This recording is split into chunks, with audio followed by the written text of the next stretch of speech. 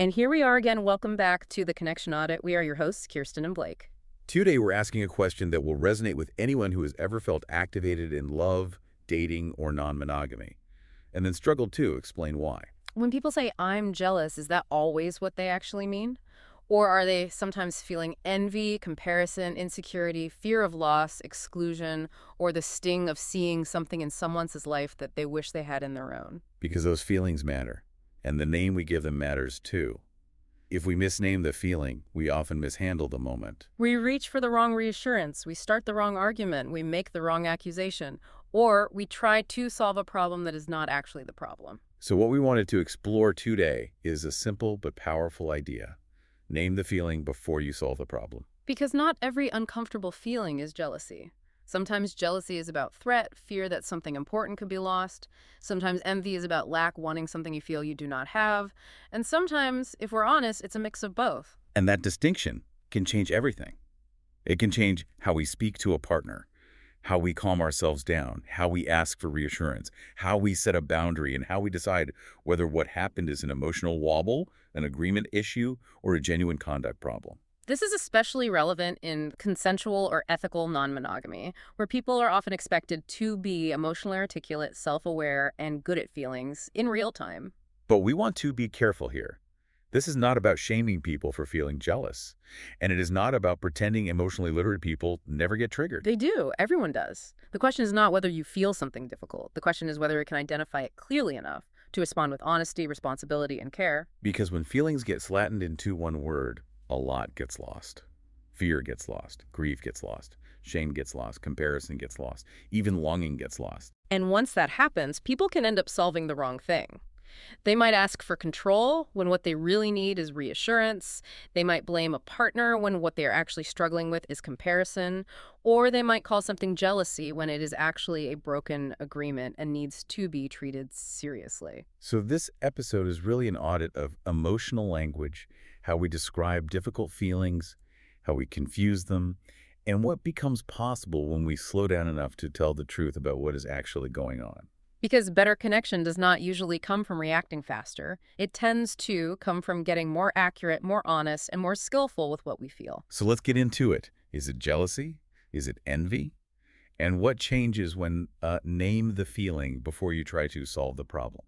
This is the Connection Audit. Let's start where we always begin, by auditing the culture. Right, so auditing the culture is just, well, it's absolutely essential here.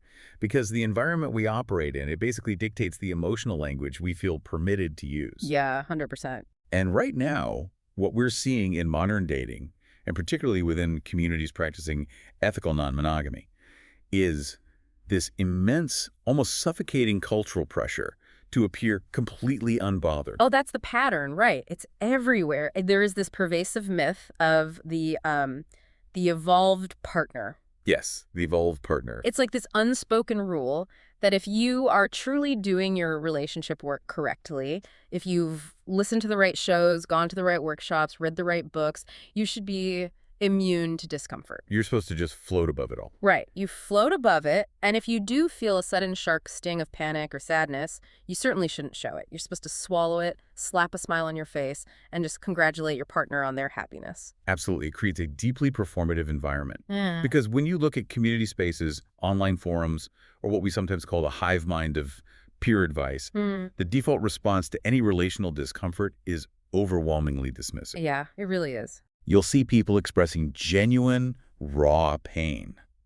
Maybe their partner has started a new relationship and the dynamic has suddenly shifted, and the cultural messaging immediately tells them to just get over it. Or they moralize the pain. Spot on. They moralize it. They tell them that real non-monogamy means being entirely beyond jealousy, or they invalidate their present-day experience by saying, oh, this is probably just your unhealed childhood trauma. Go and regulate yourself. Which is such a dangerous, isolating way to support people, isn't it? It really is. Because we're treating jealousy, envy, and a lack of compersion as if they are pass or fail moral maturity tests.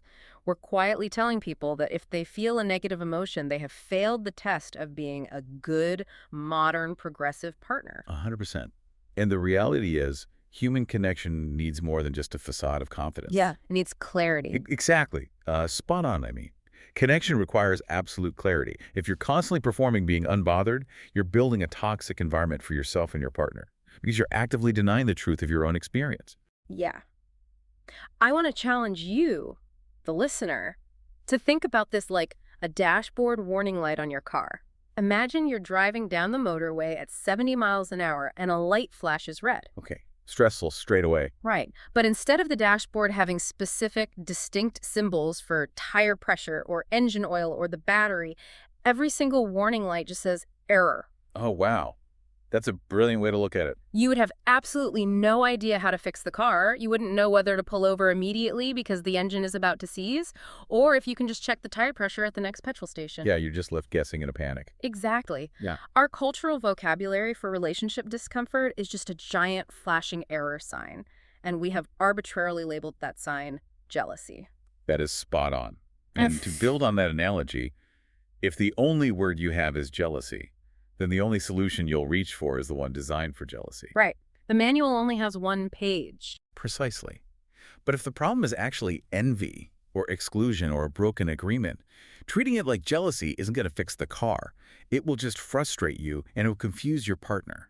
Yeah, you're essentially asking people to solve intricate, highly sensitive relational dynamics with a vocabulary of one word. It's like trying to perform surgery with a sledgehammer. It is, and it's exhausting just thinking about it. And because the culture denies us the proper language and pressures us to suppress our feelings to appear evolved, it forces us into some incredibly messy situations. It really does. This isn't just theory, you know? This plays out in our living rooms and our text messages. So let's look at what this actually looks like in our daily relational behavior. Let's audit the behavior, specifically misnaming the feeling and the absolute chaos it creates. To truly audit the behavior, we first need to break down the glossary of discomfort. We have to expand that dashboard so we can see what is actually flashing. Right. We need the different symbols. Yes. So in this episode, we're drawing on a framework that carefully unpacks these distinct emotional states, separating them out so we can look at them clearly. Let's start with actual jealousy. Okay, let's define it. In this framework, jealousy is specifically defined as threat or feared loss. It is the primal fear of replacement. It's the fear of losing your specialness, losing your dedicated time, or losing your status in a partner's life. So physically, what does that feel like? If I'm experiencing true jealousy, true threat, what is my body doing? The felt sense in your body is alarm, distrust, and deep insecurity. It's a highly activating protective state. Like your body is bracing for impact. 100%. From an evolutionary standpoint, jealousy is a guard mechanism. Your brain perceives a threat to a crucial bond, and it pumps you full of adrenaline and cortisol to make you protect that bond. So your heart rate might elevate, your stomach might clench? Yeah, you are scanning the environment for danger. You're hypervigilant. Okay, so that is jealousy. Feared loss. A protective guarding mechanism. But what about envy? Because people use those words interchangeably all the time, don't they? Oh, constantly. They say, I'm so jealous of your new car, or I'm jealous of your new relationship energy. But they're entirely different beasts, aren't they? They're completely different, and conflating them is where so much miscommunication begins. If jealousy is about threat, envy is about comparison and lack. Comparison and lack, okay. Envy is the painful comparison around novelty, attention, confidence, or desirability. It's seeing your partner experience something with someone else, maybe a sense of ease or a level of excitement or a shared hobby, and feeling the sting of wanting that for yourself. Right, so it isn't necessarily that I'm afraid my partner is going to leave me for this other person. Not at all. It's more that I see the way my partner looks at them or the adventures they're having, and I think, I want to be looked at like that. I want to go on those adventures. Spot on. That is the experience. And the felt sense here isn't the hypervigilant alarm of jealousy. It's longing, inferiority, and often a quiet resentment. Yeah, that heavy sinking feeling. Yes. And it is crucial that we avoid presenting envy as a moral failure. The hive mind loves to shame envy. Oh, they do. They really do. They suggest it means you're ungrateful or insecure. But it is a profoundly human experience to see something beautiful, vibrant, or fulfilling and wish you had it in your own life. Envy is just an indicator of desire. That's such a compassionate way to frame it. It's just desire pointing out what you want. I think that leads perfectly into another massive one that gets completely mislabeled, which is exclusion. Yes, exclusion is a huge one. Let's talk about a specific scenario. Think about a time. Imagine it's the morning after a partner goes to an event or a party without you. Okay. They come home, make coffee, start checking their emails, and act like everything is completely normal. Meanwhile, you suddenly feel this freezing cold, distant sensation. Yeah, the disconnect. Right. And you pick a fight about something entirely unrelated, maybe who left the mugs in the sink, because you just feel profoundly disconnected. People would call that a jealousy flare-up, but it's not, is it? No, it isn't. Not at all. That is a textbook example of exclusion. Exclusion. Exclusion is disorientation. It is feeling left out, decentered, or not emotionally re-included after an event has taken place. Wow. Not emotionally re-included. Exactly. Yeah. While jealousy runs hot with alarm, the felt sense of exclusion runs cold. It's distance, confusion, or emotional numbness. You feel like a ghost in your own house. 100%. It's that isolating feeling of being on the outside looking in. You pick a fight about the mugs in the sink because your system is desperate to force an interaction, any interaction, to bridge that terrifying gap of disconnection. That makes so much sense. And if we don't have the word exclusion, we're left trying to bridge that gap with accusations instead of vulnerability. Absolutely. Then we have shame, which is perhaps the heaviest of them all. How does shame fit into this glossary? Shame is the feeling of inadequacy. It's feeling foolish, feeling lesser than, or feeling unable to cope as well as you think you're supposed to. Especially in these communities that demand you be evolved, right? Shame must flare up incredibly fast. Oh, it's instant. You feel a normal, human emotion like exclusion or envy, and instead of processing it, you immediately judge yourself for having it. Right. You tell yourself, I shouldn't be bothered by this. I am failing at this relationship style. Spot on. And the felt sense of shame is a physical desire to collapse, deep embarrassment, and just a barrage of internal self-attack. It's the secondary emotion that punishes you for the primary emotion. That's a brilliant way to put it, yeah. And finally, we have activation. This isn't just a feeling. This is the nervous system alarm, isn't it? Yes. This is when your body completely takes over. Yeah. It is pure panic, urgency, racing thoughts, and anger. Your thinking narrows, your peripheral vision might literally feel restricted, and your reactivity just spikes. Absolutely. When you are in a state of activation, your prefrontal cortex, the logical reasoning part of your brain, essentially goes offline. You're just operating purely from the survival centers of the brain. 100%. You are in fight, flight, freeze, or fawn. So let's connect the dots here. What happens when we mislabel these states in real time? If the vocabulary we use dictates the solution we ask for, the behavioral misstep must be profound. It's completely destabilizing. Let's return to your example of the morning after the party. Okay, the mug's in the sink. Right. So, you feel exclusion because your partner didn't check in and emotionally reorient with you. But because the only word society gives you is jealousy, you say to your partner, I am feeling really jealous about last night. And my partner is going to respond to the label I just gave them. Exactly. They'll try to treat the threat of jealousy. They might try to reassure you of your specialness. They might say, you're the only one I truly love. You're the most important person in my life. That party meant nothing. And that reassurance will feel entirely hollow. It will. It might even make you angrier, because what you actually needed wasn't to be told you're special on a pedestal. What you needed was a clear inclusion plan. Spot on. You needed them to sit down, have a coffee with you, tell you a funny story from the party, and bring you back into their orbit. You needed aftercare. You needed process repair. 100%. You're trying to put oil in the engine when the tire is completely flat. I love that. The dashboard analogy holds up. It does. Or think about shame. If you feel shame because you struggled to cope with a situation, but you call it jealousy, you might lash out defensively.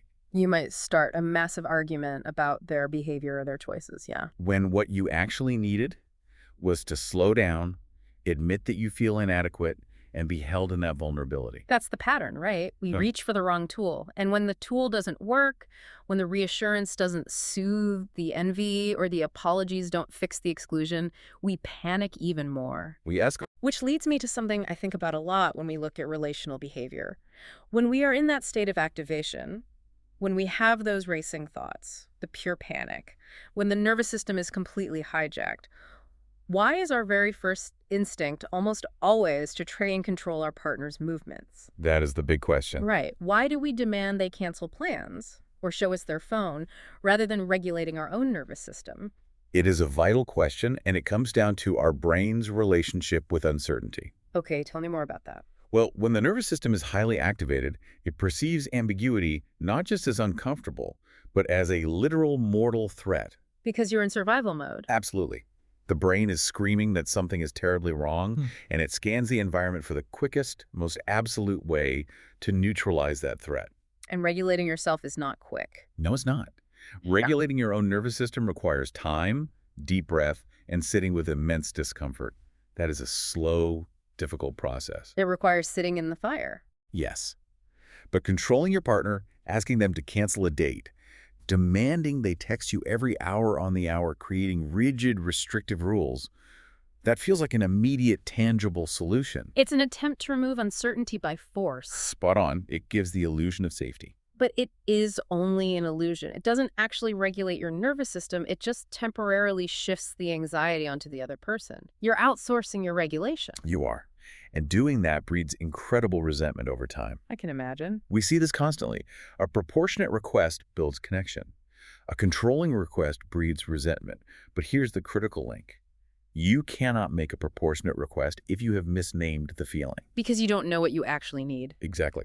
If you don't know whether you're feeling threat, lack, or disorientation, your request will almost always default to the blunt instrument of control. Which brings us to a really critical area. We've been discussing internal wobbles, how our own insecurities, comparisons, and nervous systems trip us up.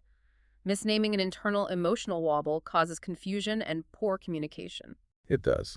But there is a much darker side to this. What happens when the behavior we're auditing isn't an internal feeling at all? Right. What happens when it is a genuine breach of trust? Because there is a massive danger in psychologizing genuine bad behavior. This is perhaps the most important boundary we will discuss in this episode. There is a crucial, uncrossable line between an internal emotional issue that you need to process and an external conduct, safety, or agreement issue that a partner needs to be held accountable for. Yeah, we have to make that distinction. In this framework, there is a non-negotiable baseline, which is that women are sovereign. Emotional literacy language must never, under any circumstances, be weaponized to explain away women's discomfort, pressure, or safety concerns. 100%. Where conduct is in question, standards and protection must lead. We have to talk about agreement strain versus jealousy. Because what we're seeing happen so often is that someone will go to their community or their partner and say, I feel so insanely jealous and anxious lately. Yeah, they take the blame. Right. But when you look at the reality of their relationship, what they're actually masking is a severe agreement strain. It's ambiguity, it's relationship drift, it's a partner changing the rules on the fly, or it's a direct, undeniable breach of what was explicitly understood between two people. Absolutely. When an agreement is broken, the resulting hypervigilance, the protest, the anger, that isn't insecurity. That isn't a lack of evolution. It is the entirely correct, healthy, protective response to a broken agreement. The reality is that the modern advice culture we audited earlier often fails spectacularly here. Oh, it fails them completely. When the hive mind tells someone to just regulate better or to do the work and process your jealousy, but the person is actually dealing with a partner who changed the plan without telling them or who kept pushing a boundary after they explicitly said no, that advice is actively, profoundly harmful. It traps people in a cycle of self-blame for someone else's poor conduct. Spot on. It really does. Let's draw a firm, bright line here. We must distinguish between an emotion to process and conduct that needs to change. Pressure, coercion, retaliation, humiliation, harassment, and boundary pushing are conduct issues. Full stop. Yeah. They take immediate priority over any kind of emotional literacy coaching. You do not coach someone through being coerced. You address the coercion. Spot on. And this highlights the insidious trap of the evolved narrative. It creates a highly sophisticated linguistic smokescreen for bad behavior. A linguistic smokescreen. Wow. Yeah, because if a partner repeatedly breaks agreements, acts recklessly, and then turns around and tells you that your anger is just unhealed attachment trauma or jealousy you need to work through in therapy, they are psychologizing a genuine breach. They're using therapy language to avoid accountability. 100%. I want to respectfully challenge a myth that we hear all the time in these spaces, which is this idea that if you were just secure enough, if you just loved yourself enough, my actions wouldn't bother you. Oh, yes. It's so common. It's such a manipulative deflection. Isn't there a massive fundamental difference between A smoke alarm going off because you burnt the toast and the alarm going off because the house is actually on fire? That analogy perfectly captures the dynamic. It Yeah. really does. Because if you burn the toast, the alarm is loud, it's annoying, and your heart rate spikes. Right. It's startling. But you are fundamentally safe. You open a window, you wave a tea towel, you let the smoke clear. That is an internal trigger. Right. That's the sudden wave of envy because you saw a photo online or a pang of exclusion. Exactly. You use emotional regulation tools to clear the You smoke. breathe through it. You don't call the fire brigade for burnt toast. Spot on. But if a partner crosses a hard line, changes the relationship rules without consent, or pushes a boundary, the house is on fire. You smell real smoke. You see real flames. Your alarm bells are supposed to be ringing. The solution to a burning house is not to sit on the sofa and do box breathing. You don't try to regulate your way out of a burning house. You evacuate the house, or you put out the fire. Turning off the alarm without addressing the fire is exactly how people end up deeply, sometimes permanently harmed in relationships that demand this performative evolution. It is so liberating to hear that spoken plainly, the relief of knowing that you don't have to process someone else's fire. Absolutely. So once we understand how mislabeled feelings and ignored conduct create this chaos, how do we systematically solve these moments? How do we catch ourselves before we demand control or before we blame ourselves for a fire? Right, we need a solution. Exactly. Let's move into auditing the solution. Let's talk about the structured pause and the 2 anchor questions. Moving from reaction to reflection requires a system. You cannot expect yourself to be perfectly eloquent or perfectly rational when your nervous system is activated. Nobody is. No.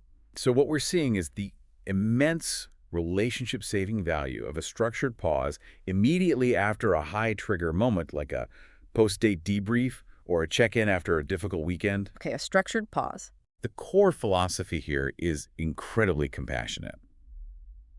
You do not need to ask your feelings to disappear before you speak. You just need to ask them to become specific. I love that framing so much. You don't have to be unbothered, you just have to be precise. Yes. You're allowed to be messy and hurt, but you need to pinpoint the hurt. So how does this debrief flow work in practice?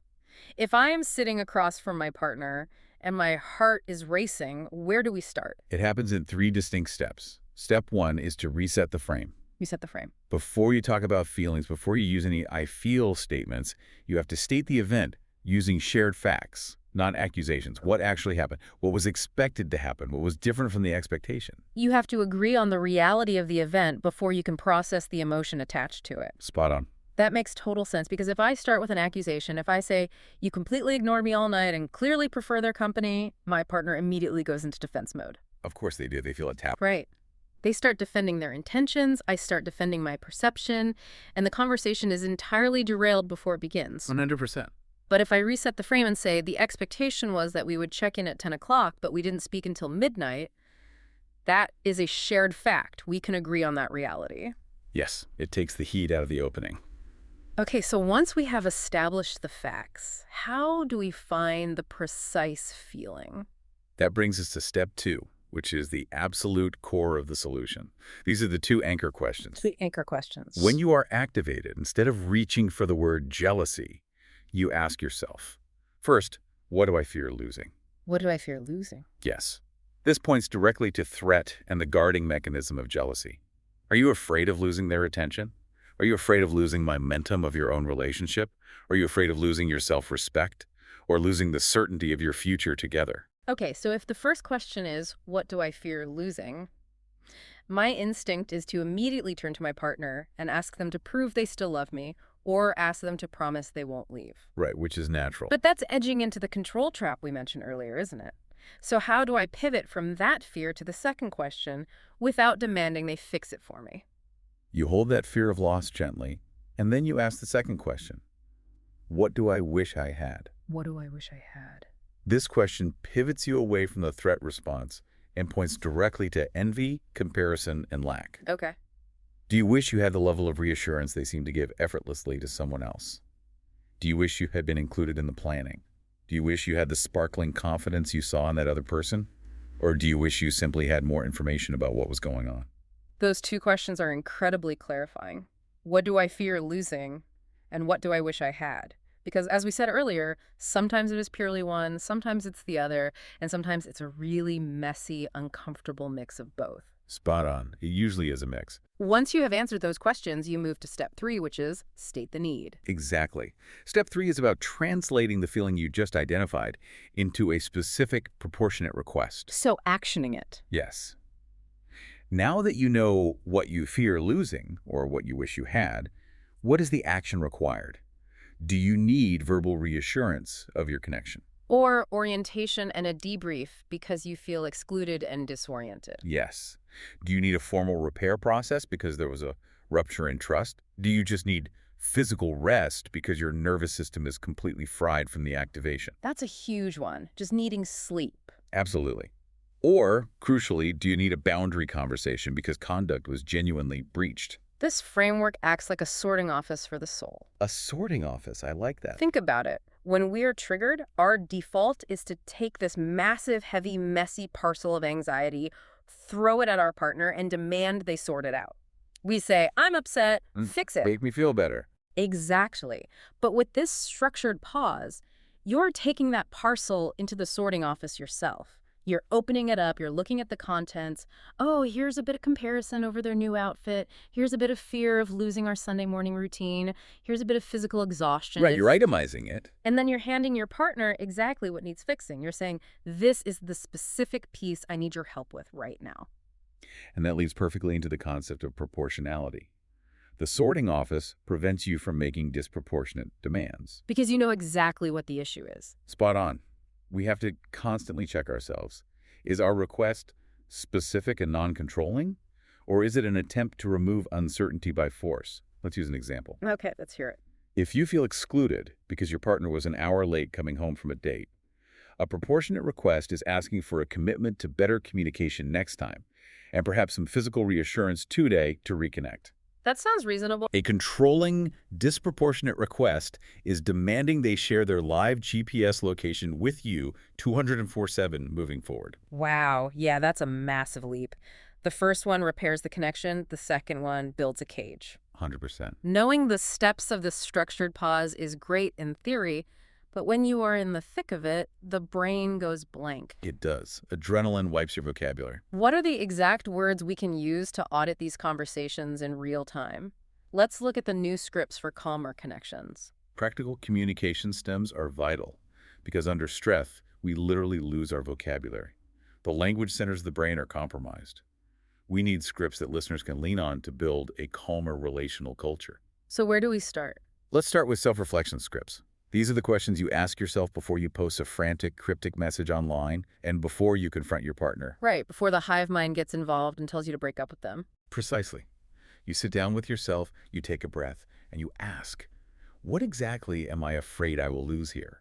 Or what did I see or imagine that left me feeling less than or left behind? That's powerful. Just the act of writing the answers to those questions down on a piece of paper will significantly lower your nervous system activation because it forces the logical part of your brain back online. It gets the prefrontal cortex working again. And what about when we are ready to bring our partner into the conversation? What are the pair scripts? How do we invite them in without triggering their defenses? You can shift the entire conflict dynamic by sitting down together and simply asking, do we have a threat problem, a comparison problem, or an agreement problem? Oh, that is brilliant. Just offering those three distinct options stops the argument from spinning out of control. It gives you both a shared diagnostic tool. It changes the dynamic from me versus you to us versus the problem. Do we have a threat problem, a comparison problem, or an agreement problem? I think that is a phrase every single person navigating modern dating should commit to memory. It really is. It diffuses so much tension. What are some other communication stems the listener can borrow once the problem is identified? Once you have identified the core issue, you use these stems to communicate it clearly and without blame. You say, what I am afraid of is, and you name the specific fear. So not, you make me feel afraid. Exactly. Not, you make me feel afraid, but what I'm afraid of is losing our weekend time. Or you say, what I compared myself against was, and you own the comparison without shame. You admit, I compared myself to how outgoing they are. That takes so much vulnerability. It does, but it builds so much trust. Then you move to the request. What I need from you now is... And crucially, framing the boundary of that request is so important, isn't it? One of the best stems for this is, what I am not asking for is total control. What I am asking for is... Yes, that diffuses an immense amount of defensiveness. It tells your partner, I am not trying to lock you in a cage. I'm not trying to veto your autonomy. I just need a specific type of connection right now to feel secure. That is the pattern of healthy, mature repair. It brings us back to what we discussed about exclusion. If the issue was that you felt left out or decentered, the solution isn't generic reassurance. Right. Telling me I'm pretty doesn't help if I feel left out. Spot on. Your partner telling you that you're pretty or smart or funny does absolutely nothing to fix the cold feeling of being decentered. The solution is asking, what would help me feel included and oriented again over the next 24 hours? Over the next 24 hours. I like that time frame. It is about process repair. It's looking at the logistics of how you re-enter each other's emotional space skillfully. Process repair is such a practical, grounding way to look at it. It takes the morality out of the equation entirely. It isn't about who is good or bad. It's about how we reconnect the wires. Absolutely. But I want to bring up the power of another specific phrase, one that acts as a profound boundary check before any of this processing even begins. Okay, what's that? Before you ask yourself the anchor questions, ask yourself, is this mine to process or is there conduct to address? Oh, that is essential. It is incredibly empowering to realize that you do not have to process someone else's bad behavior. You just have to set a firm boundary against it. Absolutely. That phrase cleanly separates the internal emotional work from the external behavioral standard. If someone speaks to you with contempt, if they lie by omission, or if they break a clearly defined safety agreement, that is not an opportunity for you to sit quietly and process your feelings of inadequacy. No, not at all. That is a moment to stand up, clear-eyed, and say, this conduct is unacceptable. We have to stop asking people to emotionally process things that simply require a firm no. So as we bring this audit to a close, let's look at the bigger picture of what we've uncovered 2 days. Yeah, it's been a lot of ground covered. We started by looking at a culture that demands we perform being unbothered, a culture that flattens all our complex human pain into the single insufficient word, jealousy. And we saw how that misnaming leads to the wrong reassurances, the wrong arguments, and sometimes, tragically, psychologizes genuine bad behavior. 100%. And we explored how introducing a structured pause, naming the fear of loss, or the wish for something more, can transform a chaotic conflict into an opportunity for deep, honest connection. The reality is that connection is inherently risky. It really is. It is entirely human to feel threatened, to feel envious, or to feel excluded when you are sharing your life, your time, or your partner with others. The goal of this framework isn't to reach some mythical enlightened state where you never feel these things. Because that state doesn't exist. Spot on. The goal is to meet these completely normal feelings with adult clarity rather than reactive panic. Calmer, more resilient conversations truly do begin with better language. We want to leave you with 3 useful takeaways from what we have audited today. Number 1, stop performing unbothered. Yes, please stop. You do not need to pretend a difficult moment didn't hurt. You just need to be precise about what hurts. Stop using the word jealousy as a catch-all and use the 2 anchor questions instead. What do I fear losing? And what do I wish I had? Let the answers guide you. Number 2, match the request to the emotion. If the feeling is exclusion, ask for orientation and aftercare. If the feeling is shame, ask to slow down and be held in that vulnerability. Right. Do not ask for controlling rules when what you really need is reassurance. Give your partner the correct map to find you in the dark. And number 3, perhaps the most important, never psychologize a broken agreement. Absolutely never. If a boundary was pushed, if safety was compromised, or an agreement breached, that is not an internal emotional wobble for you to regulate through. That is a conduct issue that requires a standard-led boundary conversation. You don't regulate your way out of a burning house. If you take nothing else from this conversation, remember that naming the feeling isn't about perfectly intellectualizing your pain to make yourself easier to deal with. No, it's not about being perfectly polished. It is about giving yourself the fundamental dignity of understanding your own experience so that you can ask for exactly what you need to feel safe, respected, and connected again. Thanks for listening. We hope we've helped uncover a deeper understanding around connecting with other people and give you the courage to be honest with yourself, our partner, and those people you connect with. Our only ask is if you know one person you feel would benefit from listening to our conversation, please point them in the right direction. Let's start a conversation about how we can build better connections. And if you have any questions, a theme, or a topic you'd like us to cover, please give us a like, leave a comment, and we'll get it scheduled into the running order. Be kind to yourself. Until next time, less unscrolling, more soul.